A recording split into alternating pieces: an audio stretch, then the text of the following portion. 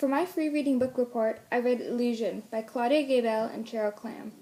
The main character of Illusion is Regan Welch. At the start of the book, her father has recently died after pioneering a revolutionary technology called Illusion. Illusion is a virtual reality program that allows you to take a so-called vacation to any location you choose. Regan has not gone into Illusion recently because it reminds her too much of her father.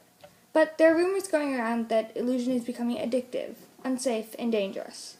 Regan initially disbelieves these rumors, defending the program her father made. But she is forced to rethink her opinion when people start turning up in comas, with visible illusion visor marks on their foreheads. She decides that she needs to go back into Illusion to see if these claims are true. Everything seems normal until her escape begins to collapse. Just before she exits out, she sees her father. What happens next? Well, you'll just have to read it to find out. 3 things I liked in this book were the amazing descriptions, the characters, and the plot twists.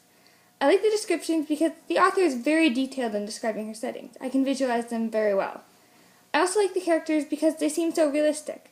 Not everything goes well for them, and they have other problems besides the main plot.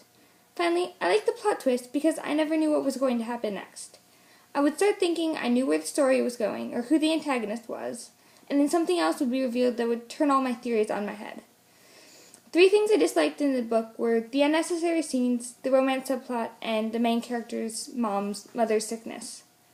First, it seemed like a lot of the book was spent in scenes that were unrelated to the plot. Also, I didn't like the way the main character fell in love so quickly. They met at a party, and the next day they were already going on a date. It just felt very rushed. Finally, I didn't like the fact that the main character's mom got sick so suddenly. It wasn't really relevant to the plot, and it felt like the author was just using this to get her mom out of the way so the main character could go do things without being caught. Because of this, my final rating for Illusion is 4 out of 5 stars.